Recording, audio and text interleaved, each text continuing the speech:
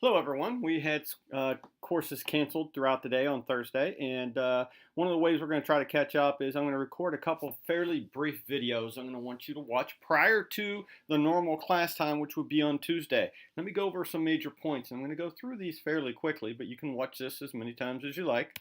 Number one, what I'm going to cover is basically some of the Chapter 2 material in summary format. We're going to cover political systems, economic systems, and legal systems, and briefly the topic of corruption.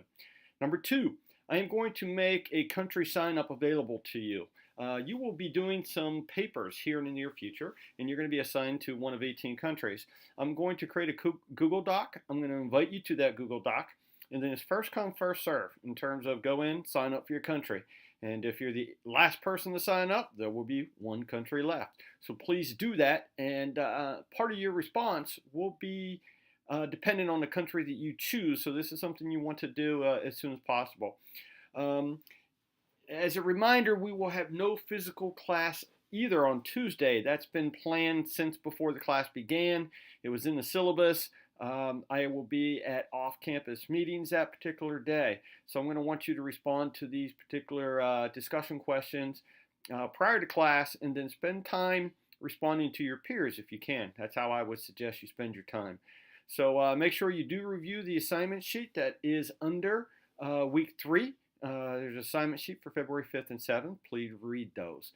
Please note there are 2 online discussion questions that I would like you to try to respond to before 9:35 a.m. on Tuesday, February 5th. So let's get into the material. Again, this is going to be relatively fast. All right, so Chapter 2 had to do with national differences. And anytime you do business in another country, you have to understand these differences. Each one of them is a piece of the puzzle. Each one of them is interdependent and have impact on one another. So they don't exist in their own isolation. So let's talk first about political systems. Political system, bottom line, that's the government. All right, the government structure and behavior in a given country. So political systems really get looked at on really 2 different continuums. All right. Continuum 1 is collectivism versus individualism. So one end of the continuum is a pure state of collectivism. The other end of the continuum is a pure state of individualism. And we'll talk about what both of these are in a moment. The second continuum, when you're evaluating a political system, has to do with whether it's democratic or totalitarian. Again, pure democratic is one end of the continuum. The other end of the continuum is totalitarian. And again, we'll dive into both of these. So let's start with collectivism. Collectivism is all about the group. All right. So when you think about collectivism, you think about we versus I. It's about the collective good. It's about the primacy of the group, the community. It's about our collective goals. It's not about you. It's not about individual goals. We sit back and say, what's the best for everybody, all right, in their entirety. Number 2, collectivism, when it's emphasized, the needs of society always outweigh that of individual freedoms, all right? So the things you may want to pursue are not the priorities of that type of political system, and therefore you need to adhere to what the priorities are in that political system. Some forms of collectivism. One is socialism. This is the old this is stated in terms of the old-fashioned socialism that has a very negative connotation with it. Bottom line is, this type of socialism advocated for total state ownership of the basic means of production, distribution, and exchange. So what's that mean? It means that the state determines what kind of companies we have, what we produce, how much we're going to produce, and they own and run that. So you can see the state then feels they can manage and run that enterprise more than the private individual would. Communism is the ultimate form of socialism. This is done when there is a single individual who's ultimately a dictator. There's a single party system, and they're just focusing on socialism, all right, and telling everyone what to do. There's no democratic dimension of it. Finally, the democratic notion of socialism, which exists today. In many very successful countries like Australia and Denmark and so on. So this is basically socialistic type principles where some companies are state-owned, certain things, federal health care, things like that, And the leaders in this type of political system are actually elected through a democratic system versus the communist, which is a dictatorship. So, significant difference between the two. Now I'm going to switch to the other end of the continuum. This is individualism. Individualism is just a flip of that. It's the I versus the we. The I versus the we. So it has to do with individual freedom to pursue economic and political pursuits. So it's all about you, okay? It is all about me. It's about individuals, okay? So individualism stresses individual freedom and self-expression. I have the freedom to do what I want and to express myself, freedom of speech, freedom of protest, freedom of any sort of expression, if you will. Number two, it's about having people, individuals, us, private citizens, pursue our own self-interest. So whatever we have a passion for and a priority for that we want to pursue, we go ahead and we pursue that. So, so you're really letting the supply demand of the market, if you will, drive what kind of businesses exist, what kind of businesses fail, and what kind are successful, which ones are unsuccessful. So individualism is usually characterized by democratic systems and free markets. And so obviously United States, you ultimately see when we look at individualistic scores, have a relatively high rate of individualism. All right. So we'll go more into that because, again, there's pure individualism, there's pure collectivism, and nobody is either one of those, okay? But they lean or skew heavily toward one end of the continuum or the other. All right, let's talk about the other major continuum. Again, there are two, individualism and collectivism, and democracy and totalitarianism. Let's talk about democracy. That's what we're used to. It's a political system which is a government by the people, okay? And that either happens through people that are appointed or people that are elected representatives. So, for example, we have a population of 329 million. Not every individual can be a politician. So we elect somebody who, for example, 2 senators in each state that represent that state in the Senate in terms of what our overall interests are. So that's an example of elected representatives.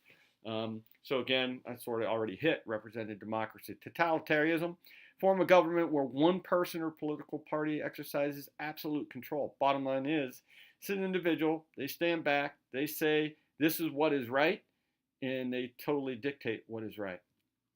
So there's widespread political repression, meaning you don't have freedom of press, freedom of expression, freedom to go do what you want to do.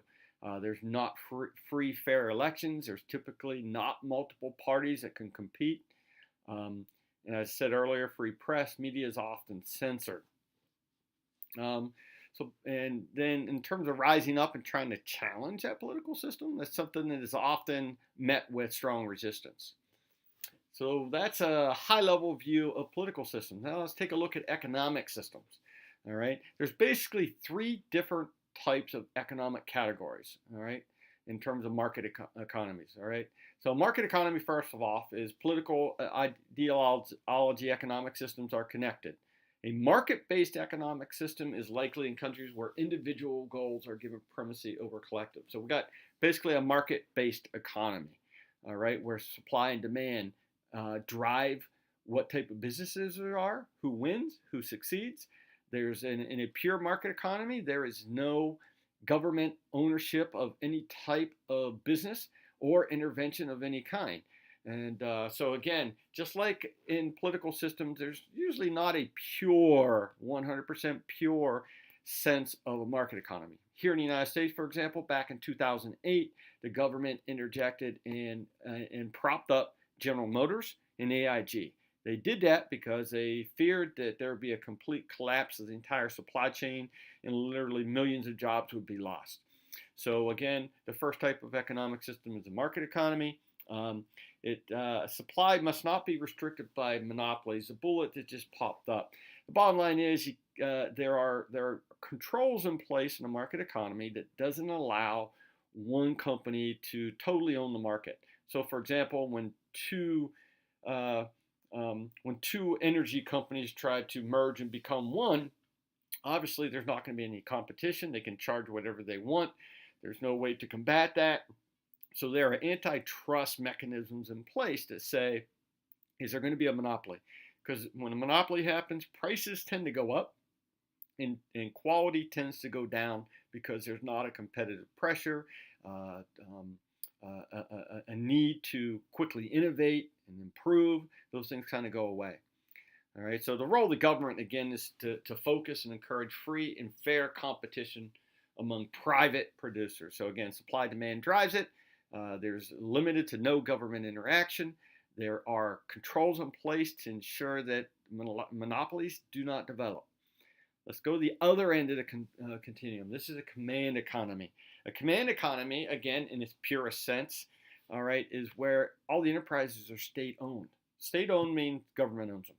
They're owned by the government, they're run by the government, they're managed by the government, and they all focus on whatever the goals of the government are. If they say they want to be only in 3 different industries, they're only in 3 different industries.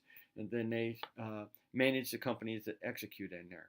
So again, in a pure command economy, the goods and services a country produces, the quantity and price, all of that is determined by the government. So it's not supply and demand who determines those things. So we're going to make 100 of those or 1,000,000 of those. Or we're going to price them at $5 or $20. Those are decisions made by the government, not by the market, not by the people, not by what they want. So all businesses are state-owned, like I said, have little incentive to control cost or be efficient. So that bullet I just read verbatim, if you will, if you're state-owned and there's no competitors, and is there a need really to try to work very hard every day to try to squeeze inefficiency out of the process? Is there a need to try to keep coming up with version 1, version 2, version 3, version 4 of products and constantly innovating at a high rate of speed? In a market economy, there's always competitors and they're always trying to outdo one another. That lack of competition and the desire and trying to outdo one another ends up with a problem like that. Dynamism and innovation are absent, meaning there's just not a need to drive those things. They may occur, but they occur more slowly and not as effectively, if you will, in a market economy where, again, people are continually trying to outdo one another. And then finally, so you had the 2 ends of the continuum. In the middle is a mixed economy. And just like you would think, a mix is a mix of both, right? So there's elements of market, elements of command economies. So there is supply and demand, but there are some state-run, state-owned businesses. There used to be a lot of this, but in terms of a pure mixed economy, again, it's starting to skew away more toward the market side, a little bit to the command in a handful of countries, but most skew toward market, but maybe a little closer to mixed. And again, I gave the example of the United States. I would consider them absolutely a market economy, but they're not pure. There is state intervention in things. They're deemed important from military contractors to different energy companies and utilities and so on. There's certain constraints, if you will, in the process. So governments take over troubled firms considered vital to national interests. Again, I gave AIG, General Motors example. Okay, so yes, it has happened in the United States. The number of mixed economies in the world, like I said, is following. I'm talking about pure mix, where there's an abundance of state-owned enterprises, an abundance of free market businesses. What you'll see is a growing trend, if you will, in more private market-based economy businesses, and a decrease, if you will, in the state-owned. So again, it's kind of skewing toward the market. Next area that we said we take a look at, all right, is legal systems. All right, in legal system, I'm just going to read this bullet verbatim if you don't mind. A country refers to the rules or laws that regulate behavior, along with the processes by which the laws of the country are enforced and through which redress for grievances is obtained. So bottom line, here's the laws. Here's how they're enforced. What happens if someone breaks them? And what's my recourse and how does that work? So the legal system of a country is very important because one, if you're gonna go and you're gonna start or manage a business in another country, you need to understand the laws in that country and how they work because they're different. They're different between states in the United States, if you will. There are laws in some states that don't exist in others, and vice versa.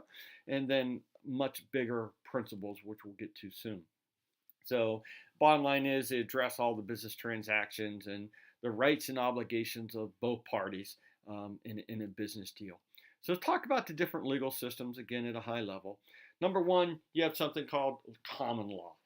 All right, common law is based on tradition, what's happened in the past, how has things been done in the past. Precedent really looks at the cases, if you will, that have led up to where we're at right now. So the legal cases, what were the circumstances, what was the ruling, and then when something happens in a similar sphere today, they take a look at those cases and how they are judged and use them to influence the next case that comes through. Okay, so this is basically common law shows up a lot, obviously in Great Britain and the United States and so on. All right, so common law, again, very popular. However, there's another law, okay, civil law. This is based on a very detailed set of laws organized into codes. There's a bunch of codes. So bottom line is there's basically a very defined code or procedure for just about anything that will happen out there. So the big difference is in common law, there's room for interpretation and there's flexibility in how different legal situations, events are determined. In civil law, it's a lot more rigid. There's not a lot of room for interpretation of any kind. It's mainly an application of what exists somewhere else.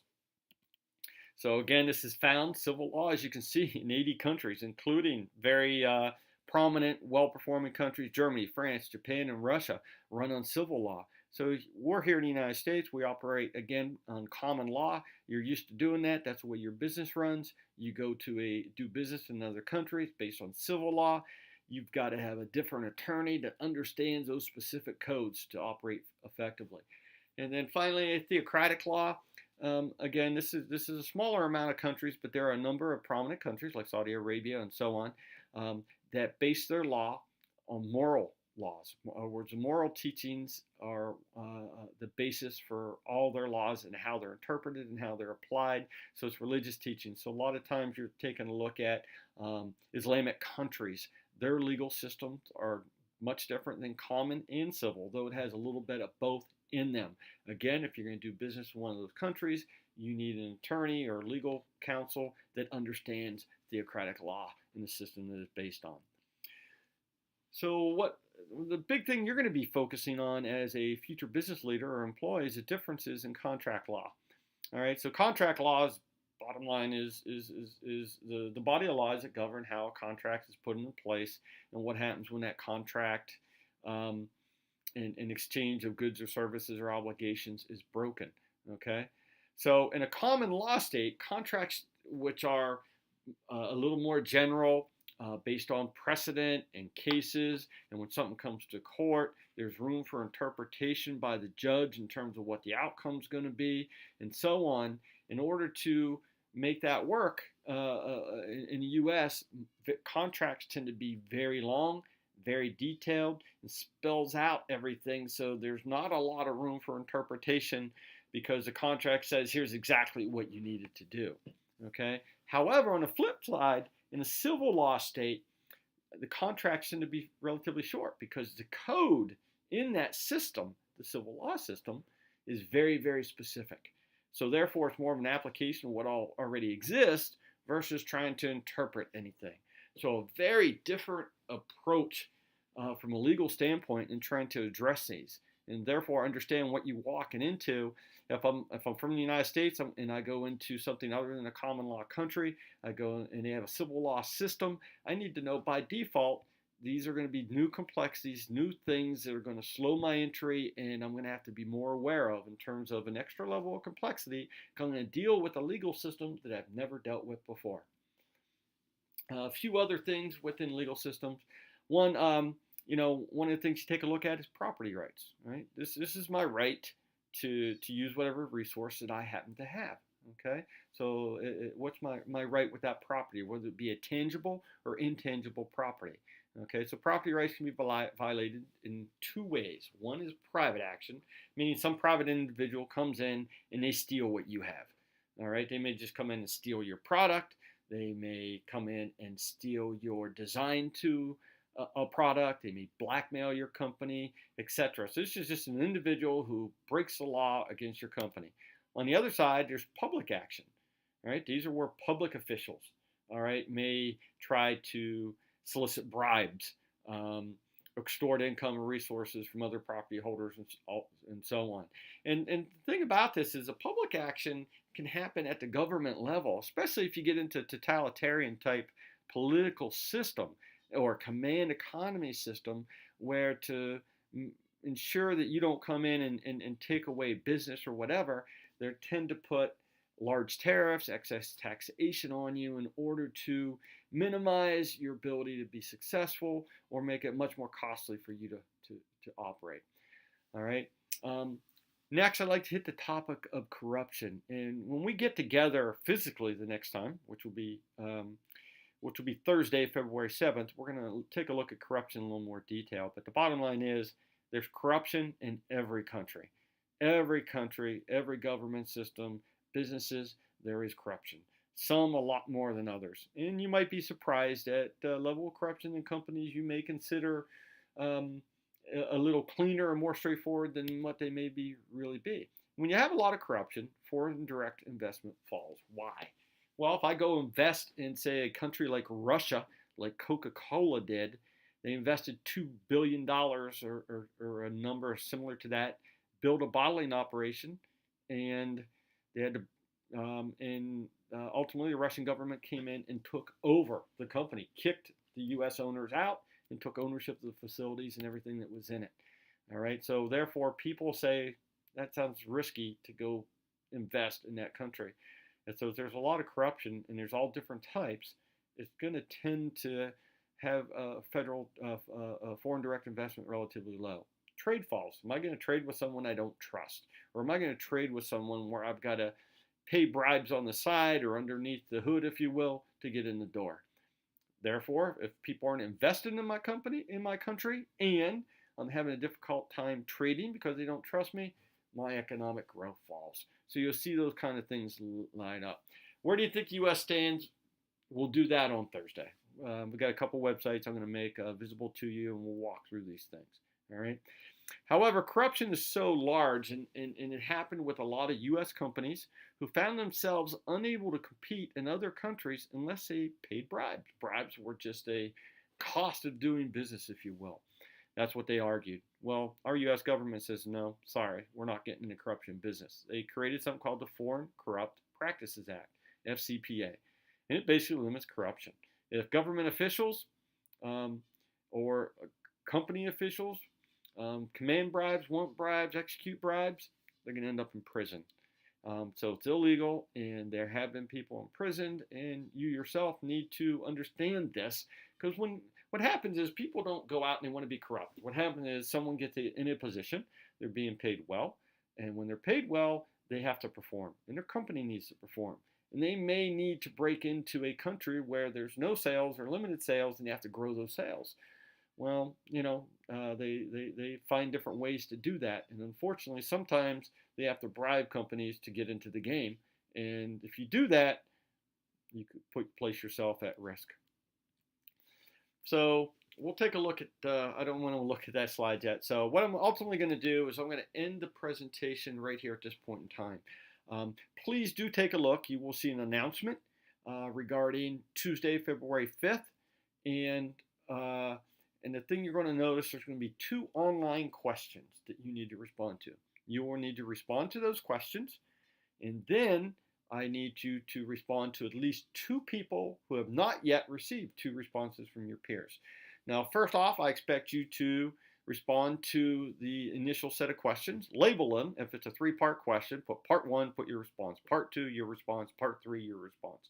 All right, and I don't expect a novel, but I do expect a comprehensive response to each one of those questions. And then when you respond to your peers, I expect you to respond in either the affirmative and add to what they've said, or in a professional manner, challenge what they have.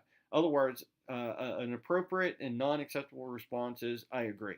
And that's all you have. Okay, if you agree, that's great. Say why you agree, and how about X. Add to, build on to the discussion. So with that, I wish you a good weekend leading up to February 5th. I wish you a good week leading up to our next physical class, which will be on Thursday, February the 7th. Please make sure you completely read chapters 2 and 3 by the 5th, and read chapter 4 by the 7th. All right. I look forward to having you in class. Take care. Bye-bye.